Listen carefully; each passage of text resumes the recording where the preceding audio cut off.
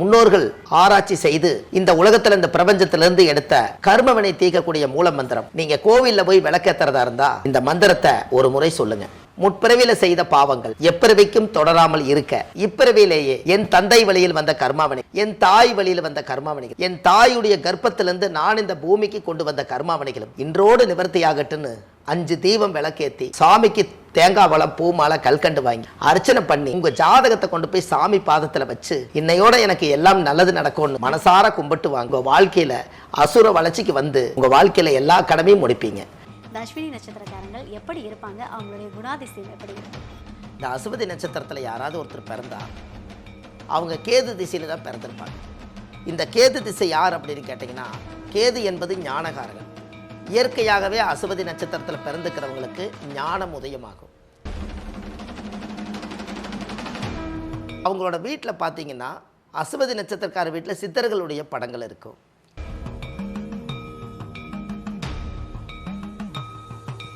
அப்போ தெய்வத்தினுடைய சப்போர்ட்டு அனுகிரகம் எல்லாமே அசுபதி நட்சத்திரக்காரர்களுக்கு உண்டு.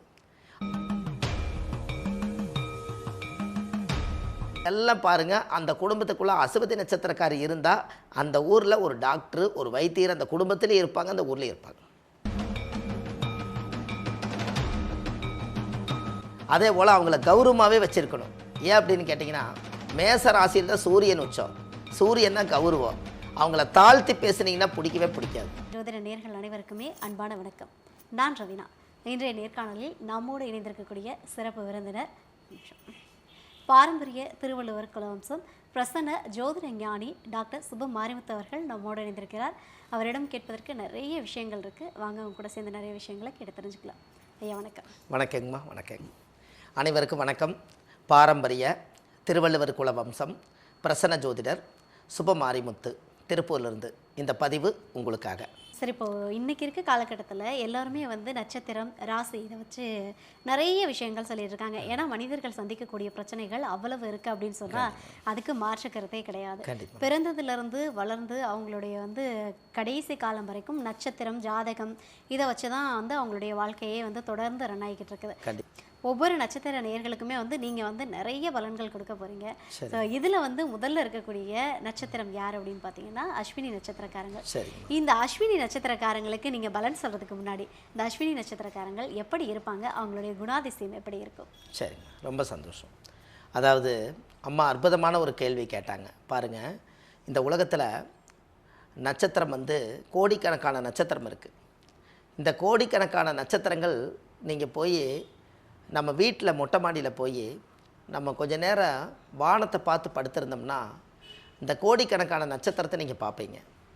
இந்த கோடிக்கணக்கான நட்சத்திரத்தை நீங்கள் பார்க்கும்போது அதில் 27 நட்சத்திரத்தை அந்த காலத்தில் சித்தர்களும் முனிவர்களும் ரிஷிமார்களும் யோகிகளும் மகான்களும் அகோரிகளும் பெரிய பெரிய ஞானிகள் எல்லாம் இந்த வான சாஸ்திரத்தை பார்த்து இந்த 27 நட்சத்திரத்தை மட்டும் தேர்ந்தெடுத்திருக்காங்க.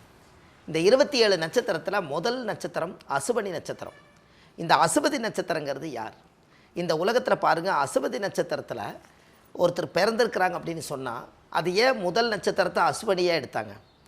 நீங்கள் இன்றைக்கும் பாருங்கள், ஒரு ஆச்சரியமான ஒரு விஷயத்த சொல்கிறேன்.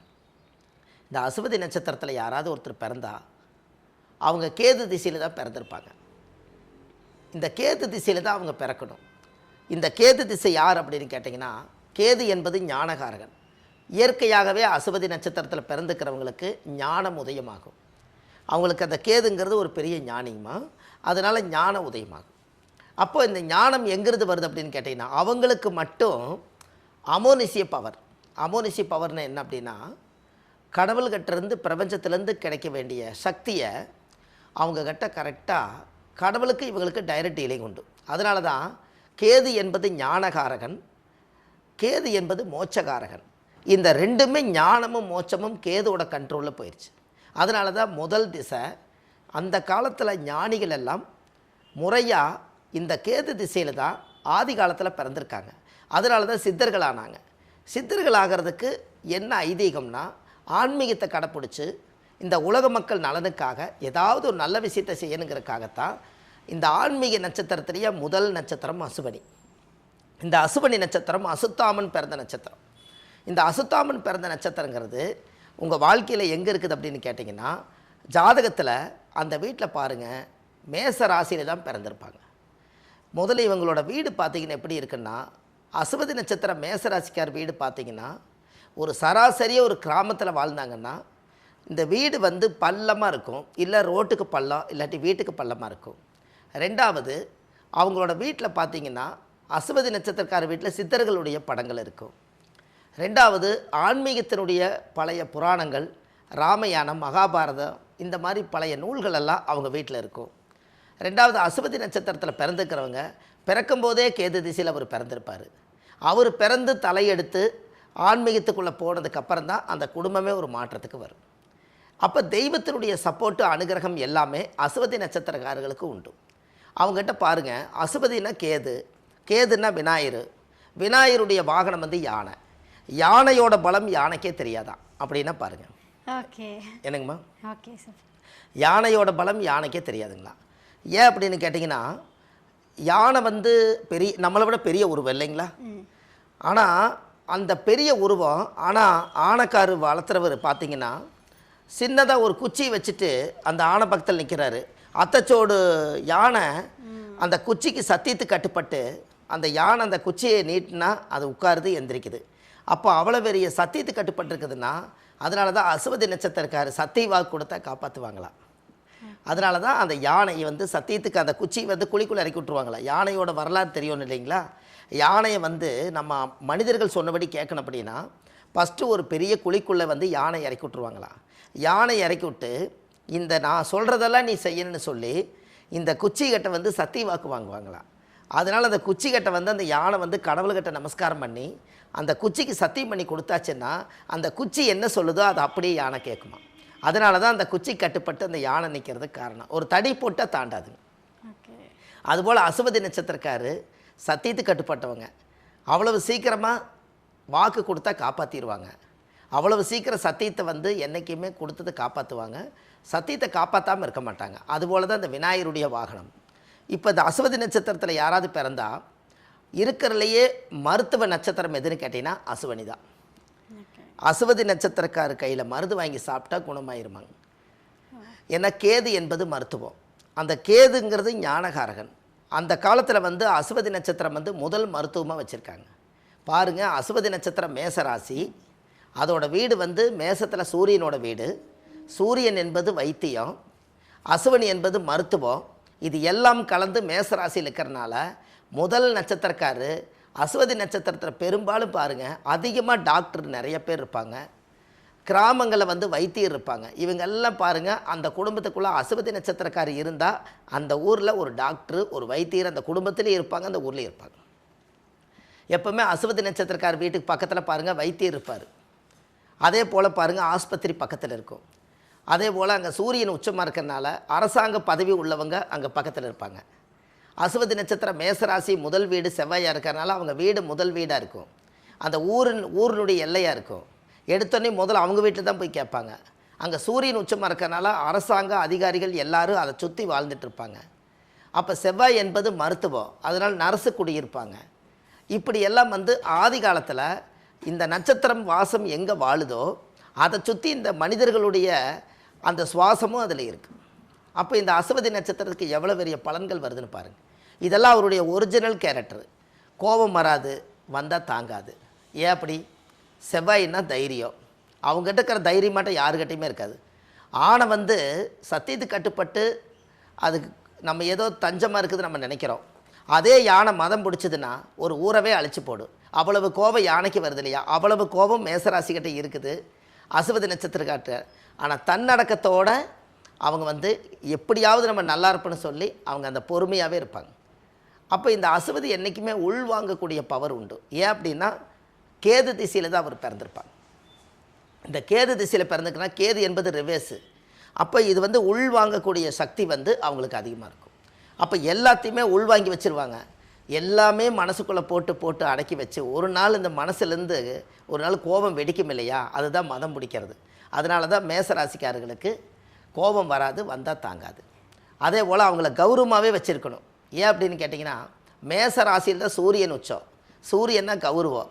அவங்கள தாழ்த்தி பேசுனீங்கன்னா பிடிக்கவே பிடிக்காது. அவங்கள வந்து தன்னடக்கத்தோடு உங்களை போல் வாழ்கிறதுக்கு ஊருக்குள்ளே யாரும் இல்லைன்னு சொன்னீங்கன்னா அங்கேயே உங்களுக்கு ஒரு மாலை வாங்கி போட்டுருவாங்க. அந்த மாதிரி அவங்க புகழுக்கும் பேருக்கும் மாலைக்கு மரியாதைக்கு கட்டுப்பட்டு வாழ்வாங்க.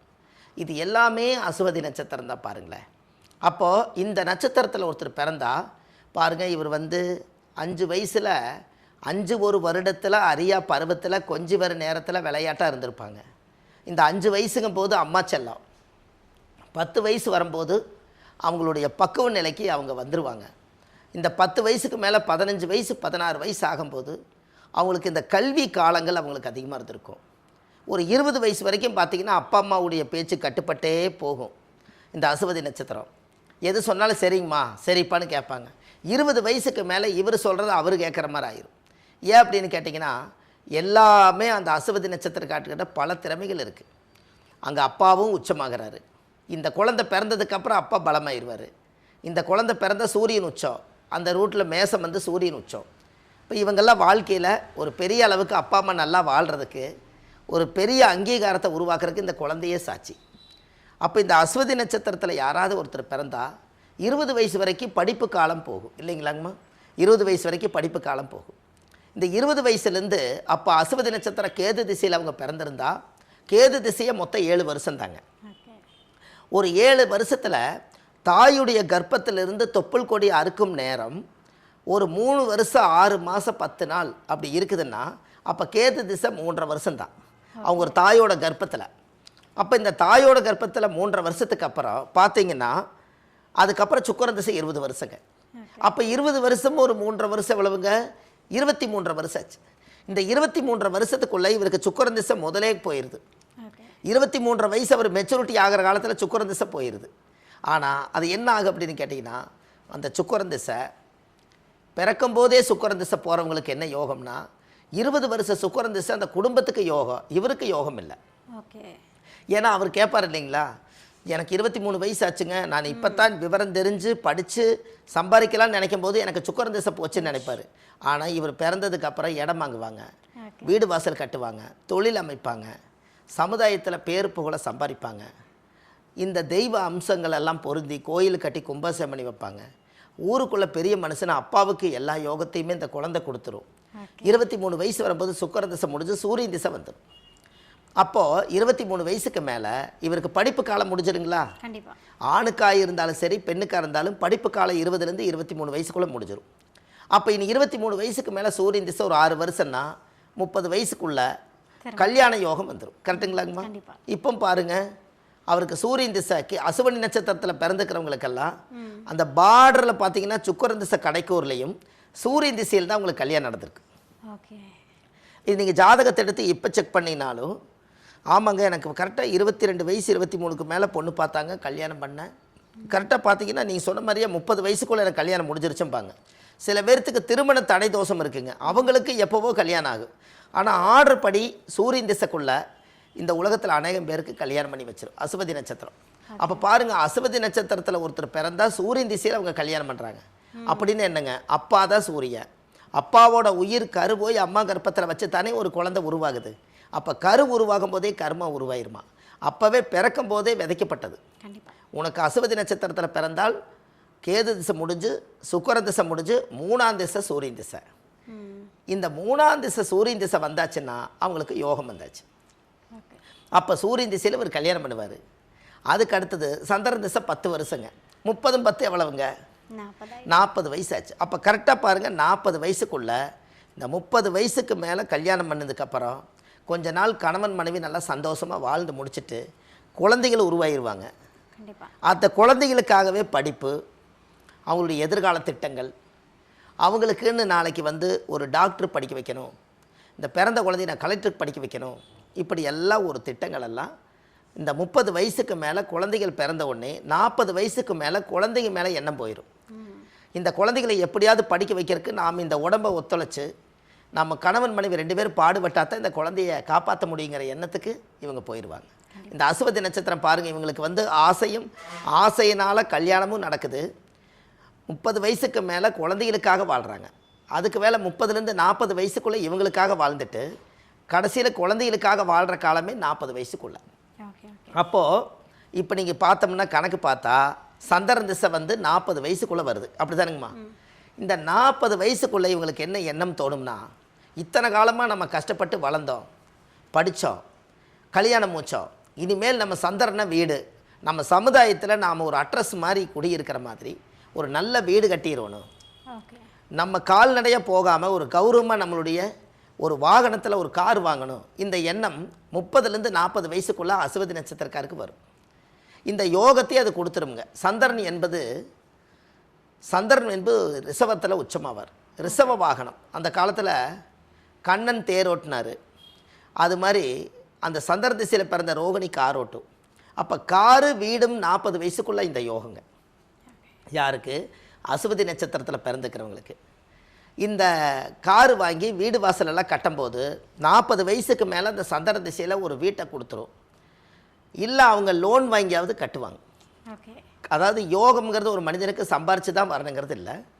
கடன் வாங்கியாவது வீட்டை கட்டி இந்த குழந்தைகளை எல்லாம் வாடகை வீட்டில் இருக்கிறவங்கள சொந்தமாக்கி இந்த சமுதாயத்துக்குள்ளே நானும் சொந்த வீட்டில் இருக்கிறேன்னு ஒரு புண்ணிய கிரகப்பிரகாசம் பண்ணி அவங்க வாழ்ந்த தாய் தந்தைகள் அவங்களுடைய சமுதாயத்தில் இருக்கக்கூடிய மக்கள் எல்லாத்தையும் ஒருங்கிணைச்சு, நான் இந்த இடத்துல வீடு வாசல் கட்டியிருக்கேன், எல்லோரும் வந்து என்னை ஆசீர்வாதம் பண்ணிட்டு போங்கன்னு சொல்லி 40 வயசுக்குள்ளேயே கல்யாணம் பண்ணி வீடு வாசல் அமைஞ்சு குழந்தை அமையிறது அசுவதி நட்சத்திரக்காரர்களுக்கு 40 வயசுக்குள்ளே இது எல்லாமே நடந்திருக்கு. என்னங்கம்மா? ஓகே. இதை நீங்கள் இப்போ செக் பண்ணிங்கனாலும் ஒரு பேனாவும் ஒரு நோட்டும் எடுத்துக்கோங்க. நீங்கள் தாயோட கர்ப்பத்தில் பிறக்கும்போது எவ்வளவு இருப்பு இருக்குதுன்னு பாருங்கள். அதில் ஒரு 6 மாதம் ஒரு வருஷம் நம்ம சொல்கிறதுல முன்ன பின்ன இருக்கலாம்.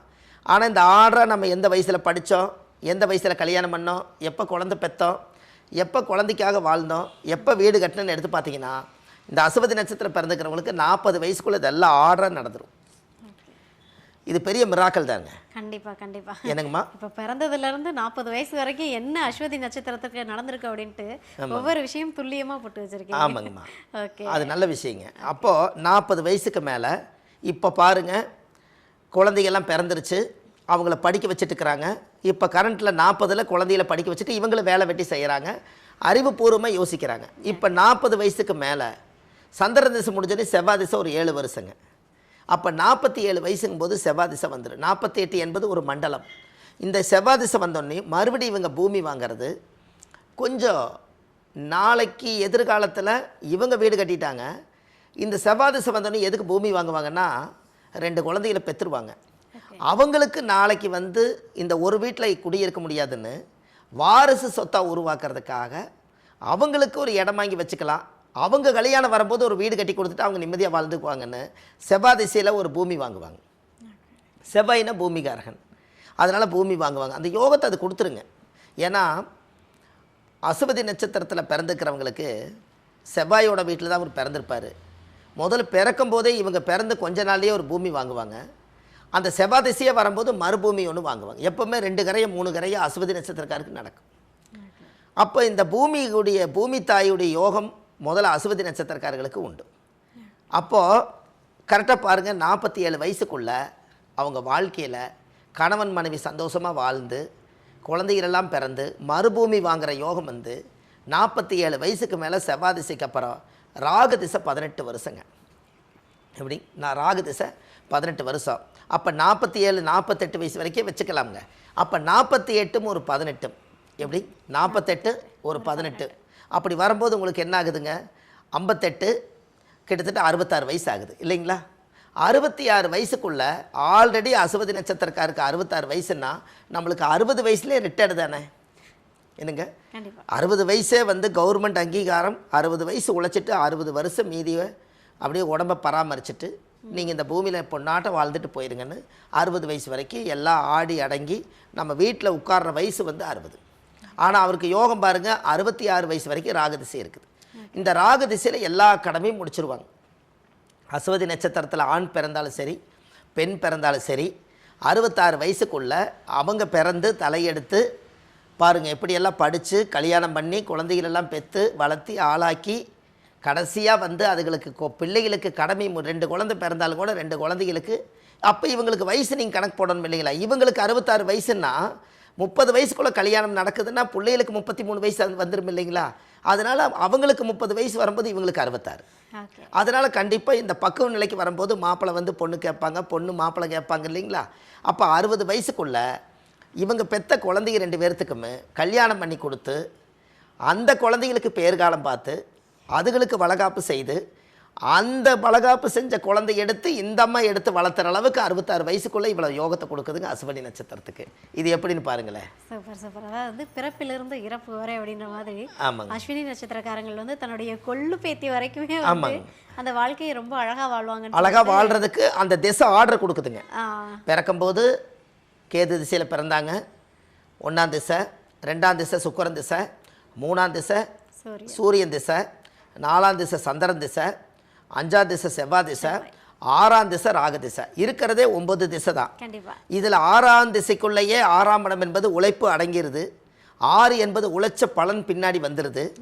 இவங்க வாழ்க்கையில் எப்படியோ கஷ்டப்பட்டு இவங்களுக்கு 66 வயசு வரைக்கும் அப்போ இந்த கஷ்டத்தை அனுபவிச்சு தான் ஆகணும்.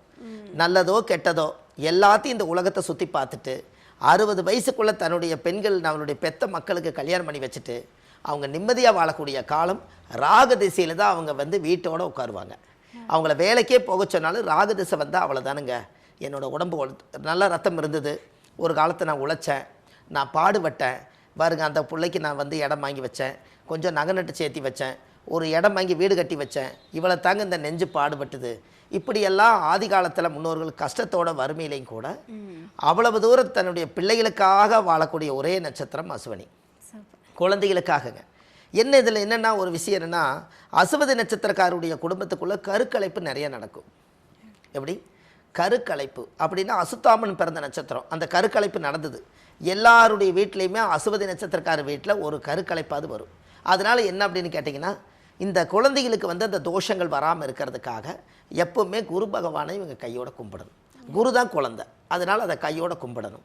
2வது அசுவதி நட்சத்திரத்தில் இவ்வளவு தூரம் இவங்க ட்ராவல் பண்ணி வரும்போது கடைசி காலத்தில் தெய்வ அம்சத்தோட இவங்க நிம்மதியாக வாழ்ந்து பேரு புகழெல்லாம் சம்பாரித்து கடைசியாக அந்த குழந்தைகளுக்கெல்லாம் தன் கடமையெல்லாம் முடித்து வச்சுட்டு இவங்க வாழ்க்கையில் இனிமேல் நம்மளுக்கு எல்லா பிரச்சனையும் முடிஞ்சுது, இனி நம்ம கணவன் மனைவி நம்ம வந்து அமைதியாக வாழ்ந்துட்டு குழந்தைங்க வந்து பேரம்பேத்தி கொடுத்தா நம்ம வளர்த்துவோம், இல்லைன்னா நம்ம கோயிலாக போய் புண்ணியத்தை தேடுவேன்னு சொல்லி கடைசி காலத்தில் ஆன்மீகம் தான் கை கொடுக்குங்க.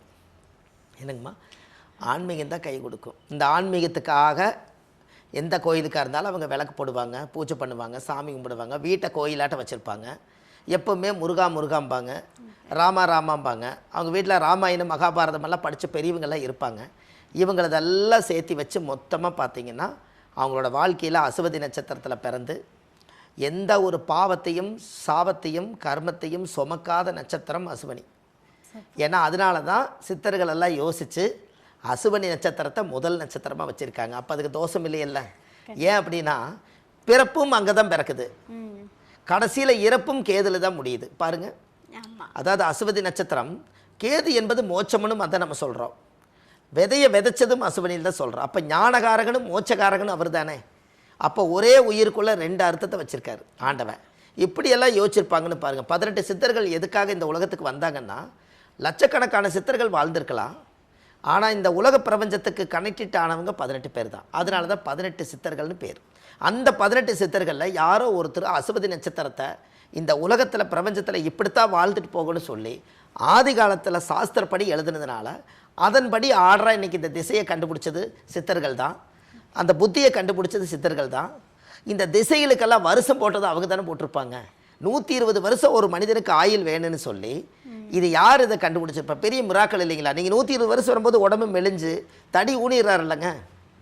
அப்போது அந்த காலத்திலேயே ஆதி காலத்திலேயே தடி ஊன்றது எந்த உடம்பு வந்து எவ்வளவு நாள் இந்த ரத்தம் வந்து நம்மளுக்கு பிடிப்பில் நிற்கும், தாயுடைய கர்ப்பத்திலேருந்து தொப்புள் கொடி அறுக்கும்போது குழந்தை சக்தி, அதுக்கப்புறம் மனித சக்தி, அதுக்கப்புறம் ஞான சக்தி, அதுக்கப்புறம் இந்த மோட்ச சக்தி, இது வரைக்கும் வரும்போது கரெக்டாக பார்த்தா 120 வருஷத்துக்கு இந்த உடம்பு கெப்பாசிட்டி தாங்கும்.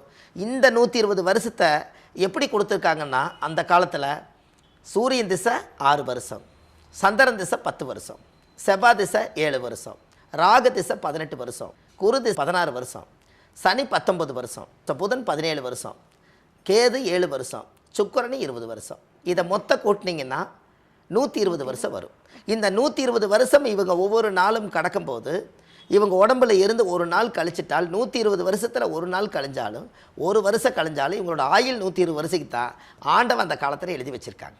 அந்த 120 வருஷம் முடிஞ்சோடனே நீ போயிட்டு இந்த பூமிக்குள்ளேருந்து போயிட்டு மறுபிறவை எடுத்து வா அப்படிங்கிறக்காகத்தான் அசுவதி நட்சத்திரம் என்பது மோட்சத்துக்கு போங்கன்னு ஆதி காலத்திலே முன்னோர்கள் அதை உருவாக்கியிருக்காங்க இல்லைங்களாம்மா. இதுக்கு எல்லாத்துக்குமே இந்த நட்சத்திரத்துக்கு ஒரு கோயில் வேணும் இல்லைங்களா? கண்டிப்பா. இந்த நட்சத்திரத்துக்குன்னு ஒரு கோயில் வேணும் இல்லைங்களா?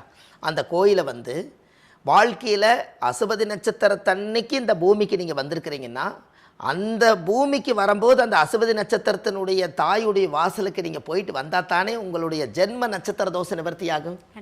என்னங்கம்மா? எல்லாரும் அதை நம்ம தெரிஞ்சுக்கணும் இல்லைங்களா? என்னங்கம்மா? அப்போ நம்மளுடைய நட்சத்திரத்துக்குன்னு ஒரு கோயில் இருக்குதுங்க இந்த உலகத்தில். அதுவும் சித்தர்கள் தான் கட்டி வச்சுருக்காங்க. அதுவும் நம்ம கட்டி வைக்கலைங்க. ஆதி காலத்தில் கனபூதங்கள் எல்லாம் கட்டி வச்சு எத்தனையோ மகான்கள் எல்லாம் பூஜை பண்ணி அவங்கவுங்களுடைய நட்சத்திர தோஷத்தை நிவர்த்தி பண்ணுறதுக்காக பெரிய மகான்களே அந்த கோயிலுக்கு போய் வணங்கிட்டு வந்திருக்காங்க. இந்த மனித பிறவி இந்த ஜென்ரேஷன் தாங்க. ஒரு 300-400 வருஷத்துக்கு முன்னாடி எல்லாமே நீதியாக வாழ்ந்தவங்க நிறைய பேர் இருப்பாங்க.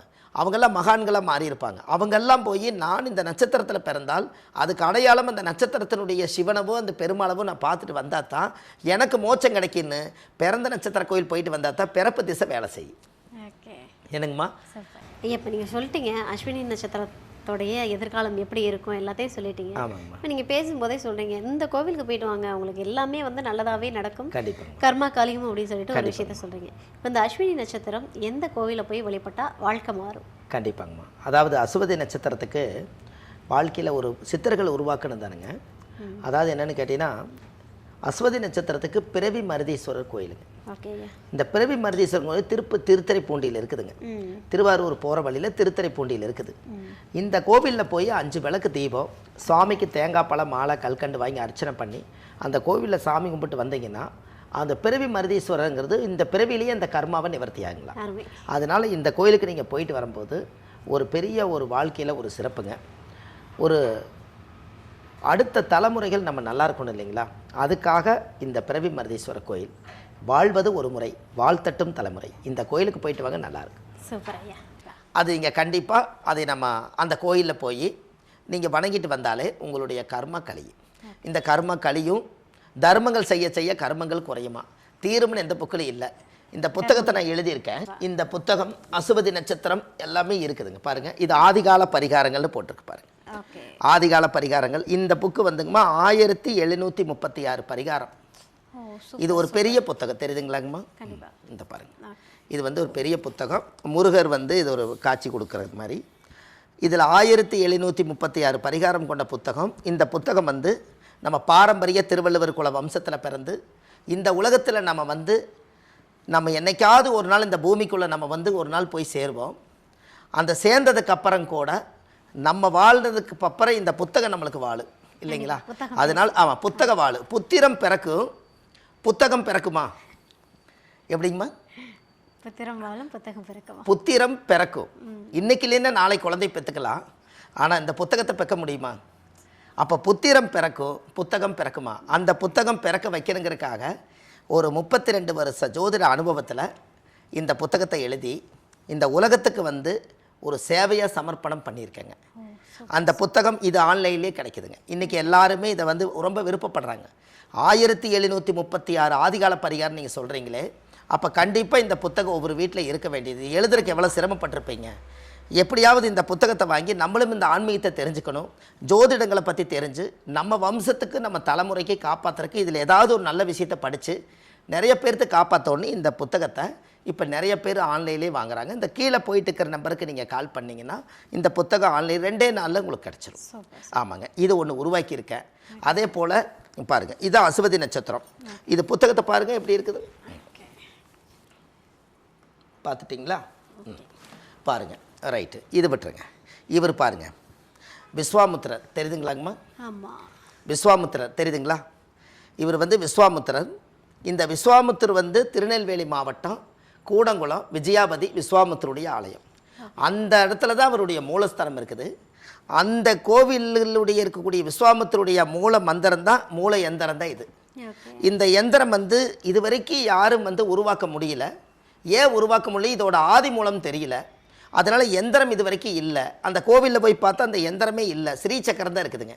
அதனால் அவரவே ஸ்ரீசக்கரத்தில் உட்கார வச்சு அந்த விஸ்வாமுத்திர பல லட்சம் வருஷங்கள் தவம் இருந்தவரை ஏன் இதை நம்ம செஞ்சு மக்களுக்கு இந்த விஸ்வாமுத்திர ஒவ்வொரு வீட்லேயும் உட்கார வைக்க முடியாது, நம்ம செய்வன்னு சொல்லி இந்த விஸ்வாமுத்திரருடைய எந்திரத்தை முதல் முறையாக 2025 இந்த எந்திரத்தை வெளியிடுறாங்க. எல்லா மக்களுக்குமே இது கீழே போயிட்டு இருக்கிற நம்பருக்கு இந்த மகா எந்திரம் இது அப்படியே கிடைக்குது. விஸ்வாமுத்திர மகாலிங்கேஸ்வரருங்க இவர். இதுக்குள்ளே மூலமந்திரங்கள் இவர் ஒரு ஜோதிடமே அடங்கி இருக்குதுங்க. இதுக்குள்ளே அவ்வளோ பெரிய சக்தி வாய்ந்த இது மூலமந்திரம். இழந்த சக்தியை மீட்டெடுக்கக்கூடியவர் விஸ்வாமுத்திரர். ராமருக்கே பரிகாரம் பண்ணவர் அப்போ விஸ்வாமுத்திரர். அப்பேற்பட்ட எந்திரத்தையும் இதை நம்ம தயார் பண்ணியிருக்கோம். எல்லாமே பாருங்கள், இந்த அசுபதி நட்சத்திரம் சொல்லும் போது தான் இந்த பதிவே வருது இல்லைங்களாம்மா. இது மக்களுக்காக இதை செய்திருக்கேன். ஓகே, இதில் நிறைய விஷயங்கள் என்னங்கம்மா. பாருங்க, நல்லா இருக்கான்னு பாருங்க.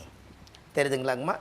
இது பஞ்சலோக தகடுங்க. ஓகே, இதுலயே அந்த ராசி கொடுத்துருக்கீங்க. எல்லாமே 27 நட்சத்திரம், 12 ராசி, 9 கிரகம், 60 வருஷங்கள், திதி, யோகம், கரணம், கிழமை, பஞ்சபூதம், நீர், நெருப்பு, காற்று, பூமி, ஆகாயம் எல்லாம் முடிச்சு விஸ்வாமுத்திர மகாலிங்கேஸ்வரர் அவர் ஸ்ரீசக்கரம். அதுலேயே இன்னொன்று கீழே கொடுத்துக்கிறேன் பாருங்க.